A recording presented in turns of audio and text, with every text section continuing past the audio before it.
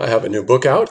It's called The Shining, Scene by Scene, and it's the third book in my Scene by Scene cinema series, where I go through, I take a particular film. Most of these films are from what I regard as the great golden age of cinema when it plateaued, when it apotheosized as an art form during the 70s and the 80s, and on down into the 90s when in the late 90s, and I generally demarcate the year 1999 as marking the beginnings of post-classic cinema. These are the classics.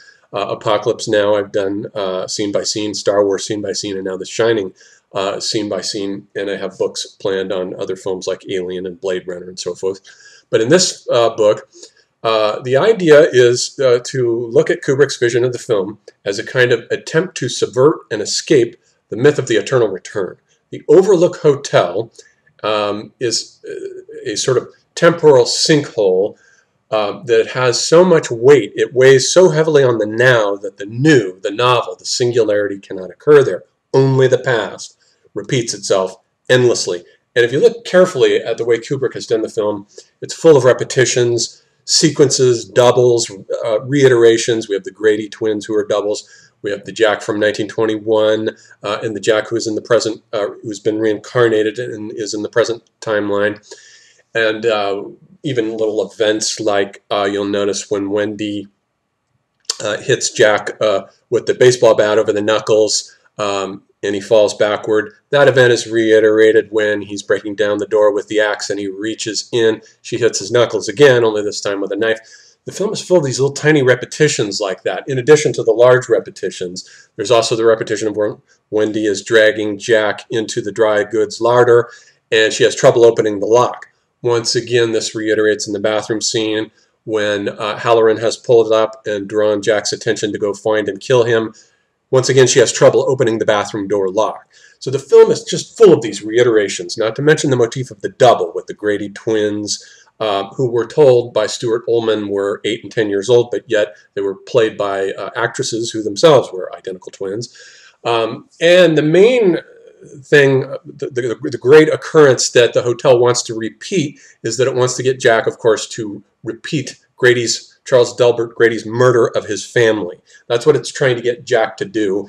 And so it slowly goes through a process of hollowing him out from the inside and then beginning to reprogram him with a new set of programs that will essentially make Jack a puppet of the hotel's forces. Once it hollows him out, and we see it doing this gradually, bit by bit, he has the nightmare scene, which Kubrick scores brilliantly with Penderecki's Jacob's Dream, where Jacob is lying asleep in the desert and has a dream about entities, angelic beings shuttling up and down a ladder.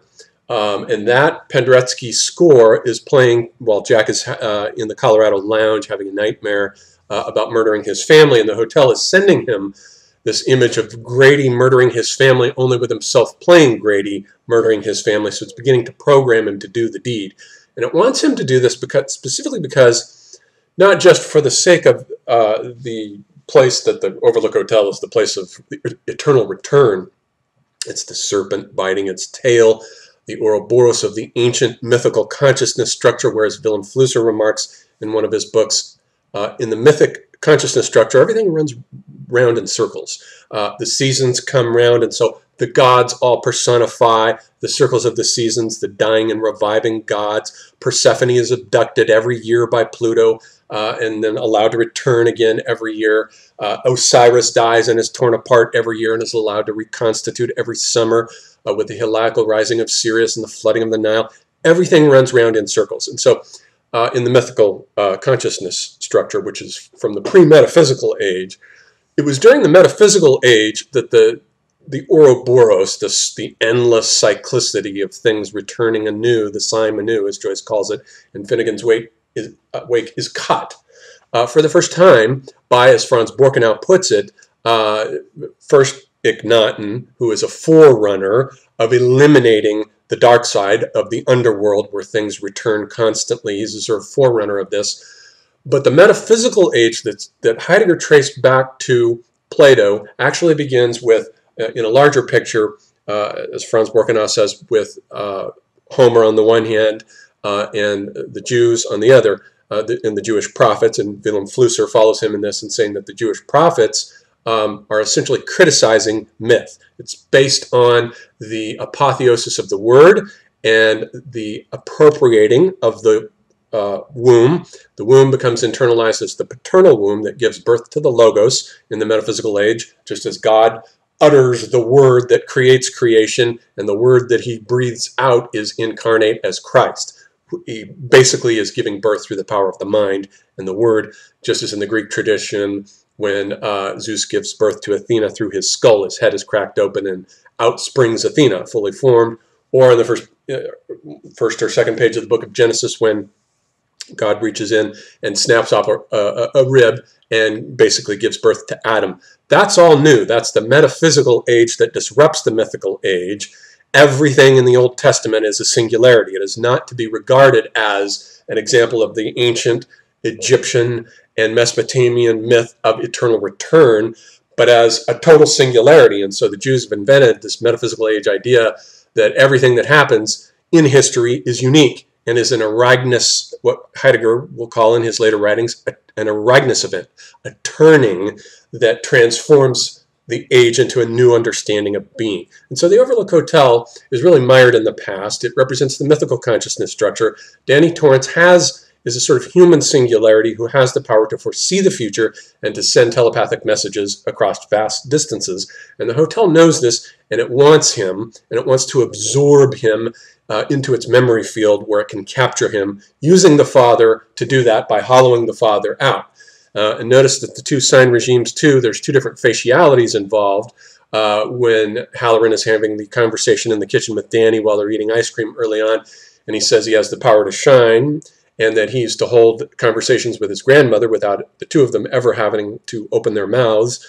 That's essentially the mouthless motif that Gene Gebser in his book The Ever-Present Origin identified as part of the magical consciousness structure, which is basically the aboriginal consciousness structure. It's even older than the mythical consciousness structure, in which things like telepathy and dance and nonverbal forms of communication are emphasized.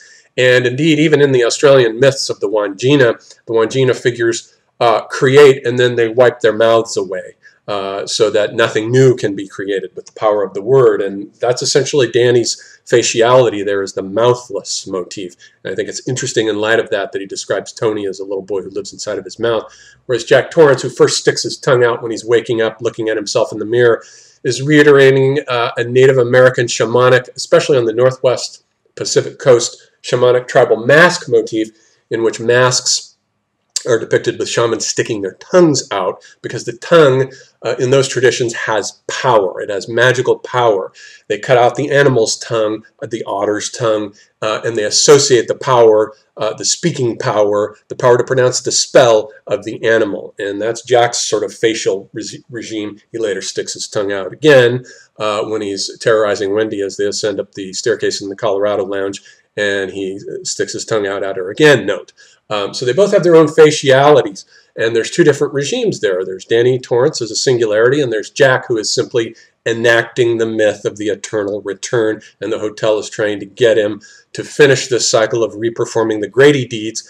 However, the cycle is cut when Danny sends out the telepathic message that brings Halloran coming all the way from Miami, and even though Halloran is murdered, the arrival of the snowcat allows the mother and child to escape at the end of the film, thus preventing the Grady deed from recurring, although Jack is absorbed once again into the hotel's temporal sinkhole, its collective memory banks. He's frozen in space there at the end in the labyrinth, and the next scene shows him frozen in time in the photograph from 1921. So I look at all these kinds of details in The Shining. It's a very carefully thought out film, as all of Stanley Kubrick's films are, and I hope you'll find the book of interest. It's available now on Amazon, and I hope you'll enjoy it.